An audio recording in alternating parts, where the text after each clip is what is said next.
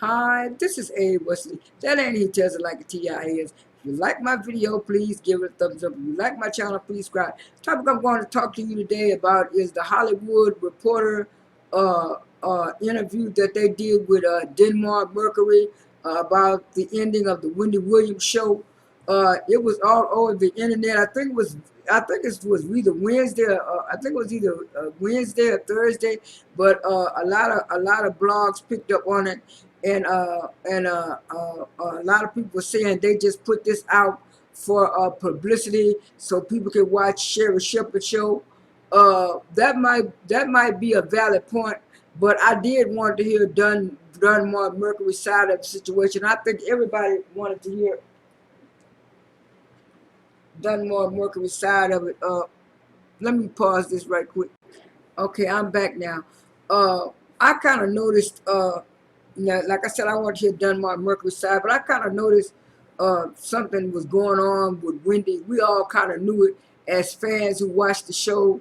Like I said, I watched it off and on when I was working when she first came on in 2009. I used to watch it, and then after because we had a recession back then. Then after I was laid off for a couple of days, I used to watch it religiously. But then when I started back to work, I was like DVRing or taping it, and I would always, do something. But like I said, I always liked it. Wendy Williams. I always liked it. The Wendy Williams show. I always liked the Wendy Williams. She was very, even though she was shady and smart mouth, she was very funny too. And so, like I said, I wanted to hear, like a lot of people are saying.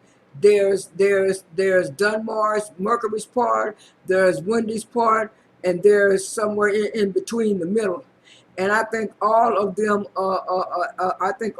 had played a part with as far as protecting Wendy. Now, I'm not going to lie and not say that they did protect Wendy to a certain extent to keep the show going, but they did protect Wendy. And I said in a couple of my other interviews, you could say what you want about Kevin Hunter, and a whole lot of people are saying that, but him and Dunbar Mercury, they really actually protected Wendy, because I think if it hadn't been for them, Wendy would have been in a much, much worse situation than what she is now. Like everybody's saying, all we can do is pray for Wendy Williams right now, because I read the article. I'm going to read some of the article in a few minutes. It's a very long article. I'm not going to read all of it, but it was a good read to me from the Hollywood Reporter side, because I used to go on different YouTube channels that I subscribe to or like, and I used to tell some of the diehard fans that I know I can understand both sides. I can understand, aside from the part of like Wendy being a patient, and from the part of a company having to do what they had to do.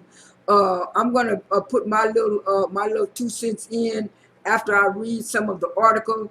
But I had to kind of go through a certain situation like this in 2016 and stuff like that. I'm gonna expound on that a little bit more. But right now, I'm gonna pause this video, and I'm gonna read you some of the article from Dunbar Mercury from the Hollywood Reporter, and I'll be right back. Okay, I'm back now. It says, in a new article, the Hollywood Reporter is giving fans a glimpse behind the scenes of the final season of the Wendy Williams show. Executive executives and insiders gave THR juicy scoop on what went into calling time after season 13, and Wendy Williams on going on a health and Wendy Williams going on health issues. Let me put my glasses back on so I can read a little bit better.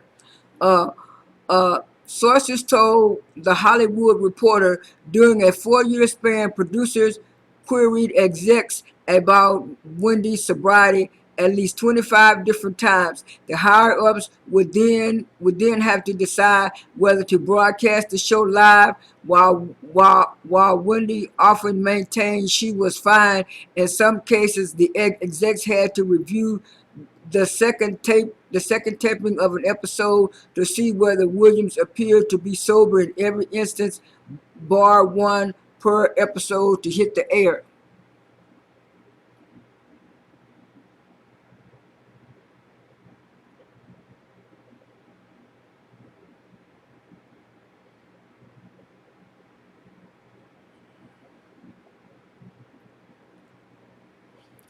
Uh, when Williams first sparked fears of her health in 2017 when she fainted live on air during the Halloween special, The Wendy Williams Show. After an emergency commercial break, she regained consciousness and told her fiercely loyal audience of Wendy watchers that she was overheated in a State of the Liberty costume, but it proved not to be an isolated incident. In fact, her struggles seemed to snowball from there.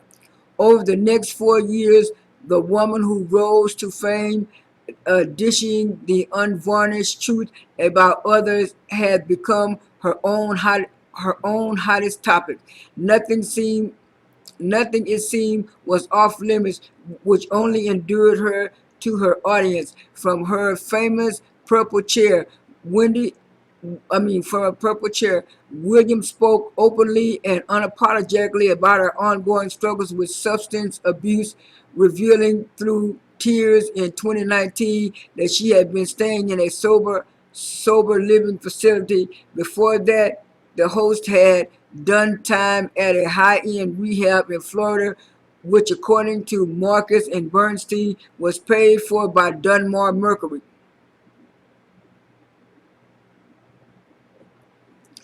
Dunbar Mercury. Williams also discussed on the show the demise of her marriage of 20 plus years to Kevin Hunter and the baby he was having with his mistress with his mistress and later revisit both in her syndicated Lifetime documentary, Wendy Williams, What a Mess.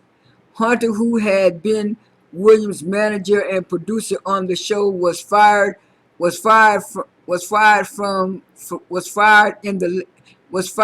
late April of 2019, a week after the host filed for divorce earlier that year. He filed a wrongful termination suit against Dunbar Mercury, who declined to comment on the pending litigation. Behind the scenes, insiders say Williams was unraveling every day. Every day on that staff and crew witnessed all kinds of things.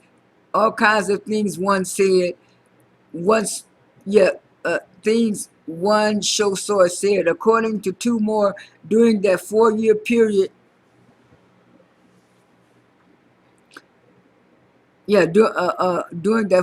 according to two more, during that 4-year period, producers sent press show text messages to higher ups at the company questioning Williams' sobriety on at least 25 separate occasions.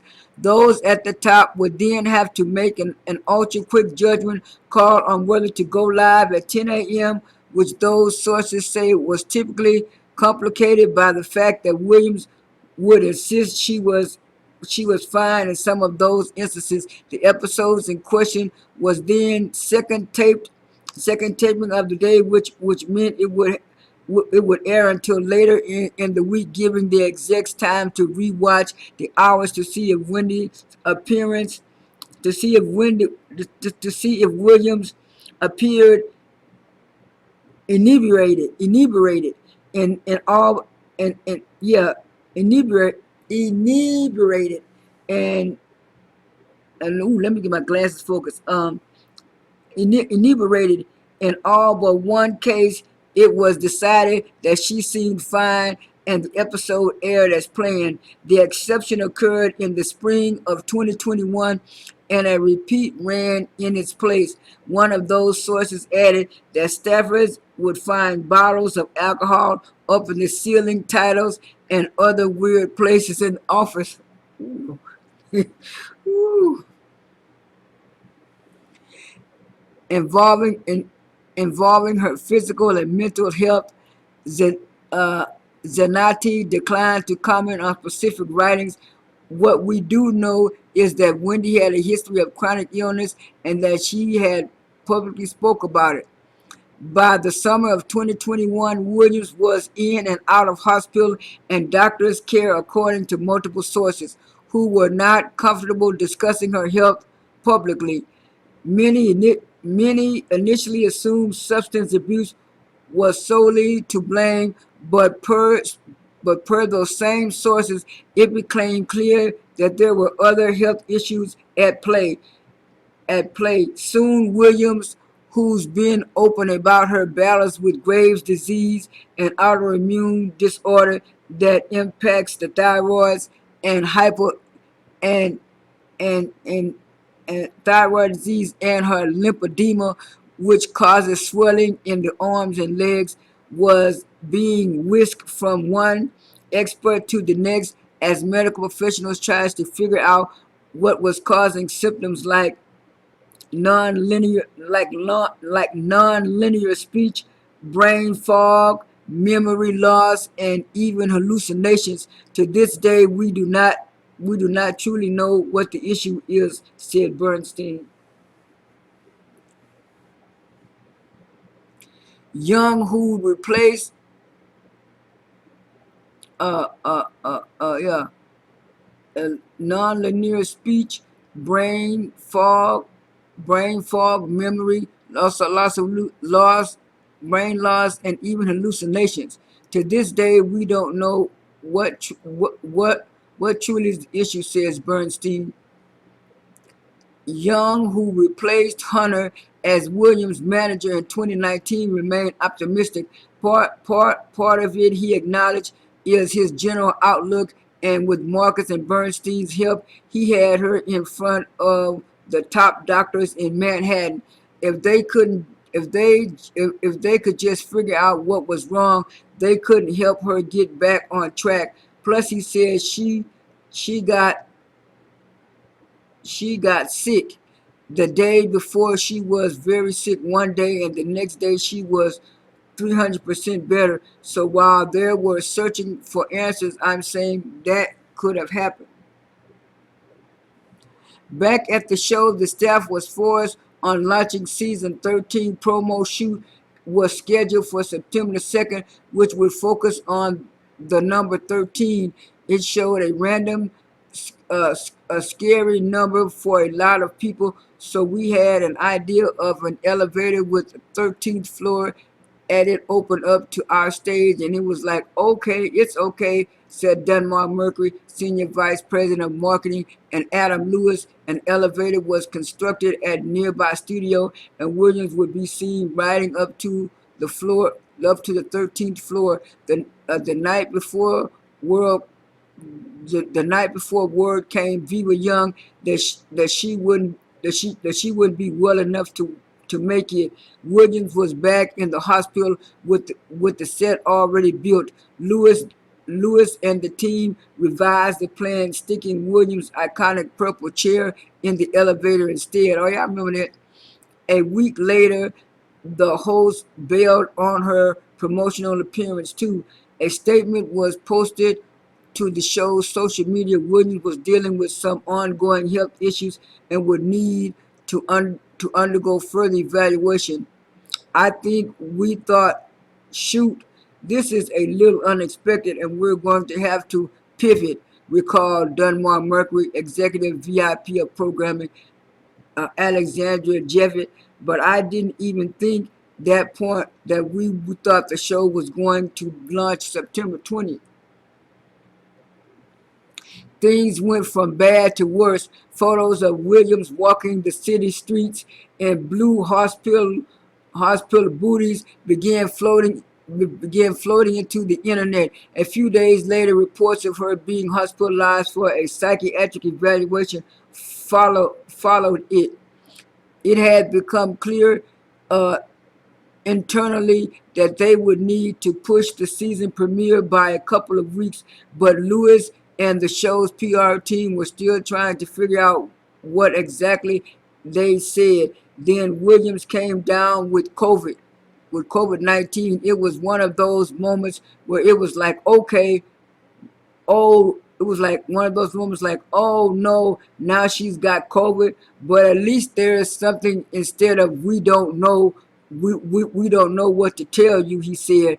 We're like, well, we're doing quarantine for 2 weeks, and that gave us a little bit of breathing room. On September 30th, an hour before the ill-fated staff Zoom, the social media channels announced yet another 2-week delay, noting that Williams was under a doctor's care.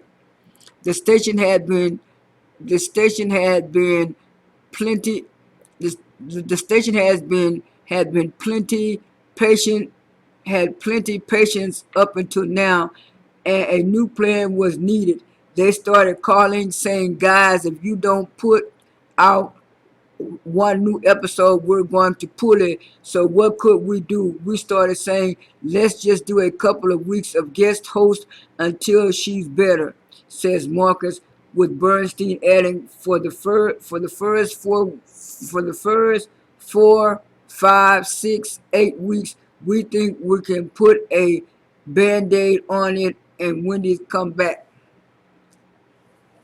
Producing the show without Wendy Williams was never going to be easy, in part because Williams had established such a fervent fan base over 12 years, an eternity in syndication television. She'd been described as something instead of what we don't know what to, oh yeah, I already said that.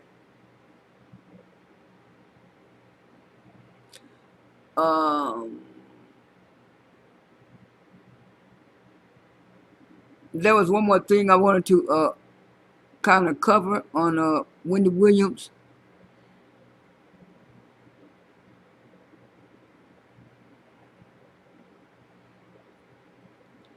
But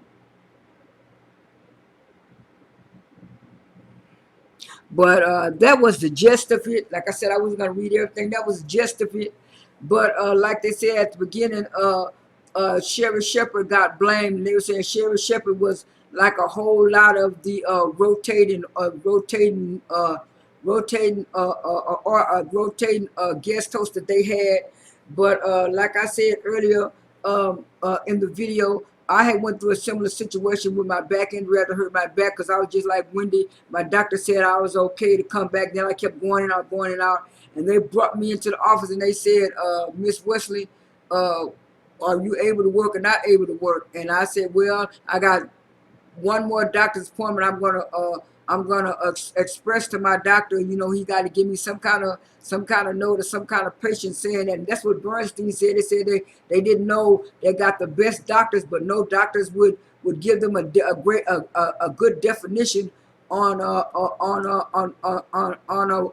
Wendy Williams symptoms and stuff like that. And from what they were saying, you know, they didn't know she was incoherent. She had memory loss. She had speed. I mean, it's kind of difficult to diagnose, and I'm not a doctor, but I know with my back problem, you know, you could diagnose this. But like I say, the in and out and going in and out. Now in my case, I was keeping in contact with my doctors and my job and stuff, but it came to the fact that, you know, the going in and out, and that's what was happening to Wendy Williams. Even though she was on medical leave, she was going in and out. And like I said, I understand the part from the business part, and I also understand from the client part. This was a good video, and I really liked it. This is A. Wesley. That ain't even tested like a TI is. I am out.